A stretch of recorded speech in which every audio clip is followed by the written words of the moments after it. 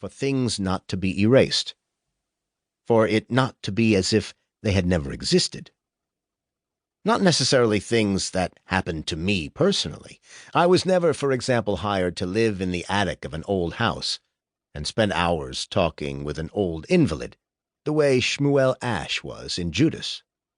That did not happen to me. But there were people in Jerusalem who talked a bit like Gershom Wahl did. They existed, and now they are gone. I wanted that to be remembered. That Jerusalem of the fiery intellectuals, who stood with one foot in Joseph Chaim Brenner and one in the Bible, and another foot in Ben-Gurion's court, and yet another in Nietzsche, and another in Dostoevsky. Do you feel that your motivations for writing have changed over the years, or have they remained essentially similar?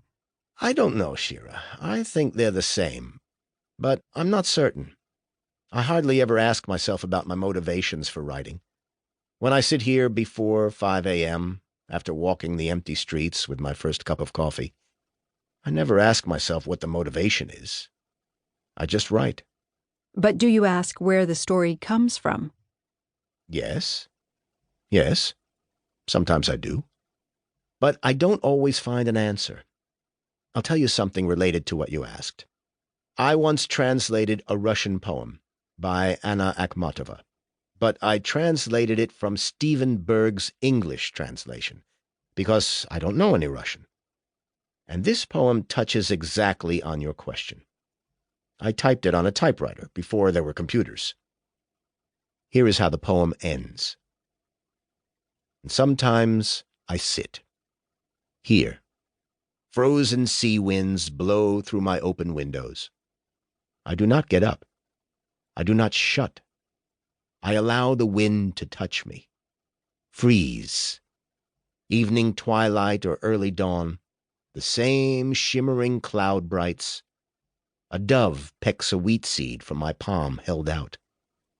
And this space, borderless, the whiteness of paper on my writing page, a solitary vague urge lifts my right hand, leads me, far more aged than me. It comes down, blue as an eyelid, godless, and I begin to write. That's beautiful. I'm not a translator, but I wanted to translate that poem from English. Perhaps in Russian it's even more beautiful. I don't know. Every so often, I ask myself where the stories come from, and I don't really have an answer. Look, on the one hand, I do know because I've always lived the life of a spy. It's written in a tale of love and darkness. I listen to other people's conversations. I watch strangers. And when I'm in line at the doctor's clinic or the train station or the airport, I never read the paper. Instead of reading the paper, I hear what people are saying. I steal fragments of conversations and complete them myself.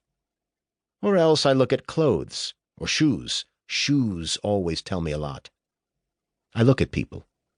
I listen.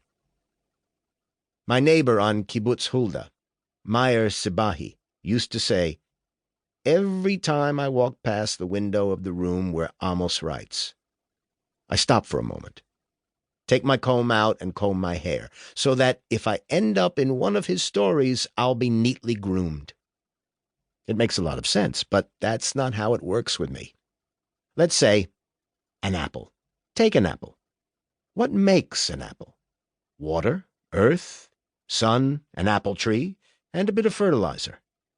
But it doesn't look like any of those things. It's made of them, but it's not like them. That's how a story is. It certainly is made up of the sum of encounters and experiences and listening. My initial urge is to guess what I might feel if I were him or if I were her. What would I think? What would I want? What would I feel ashamed of?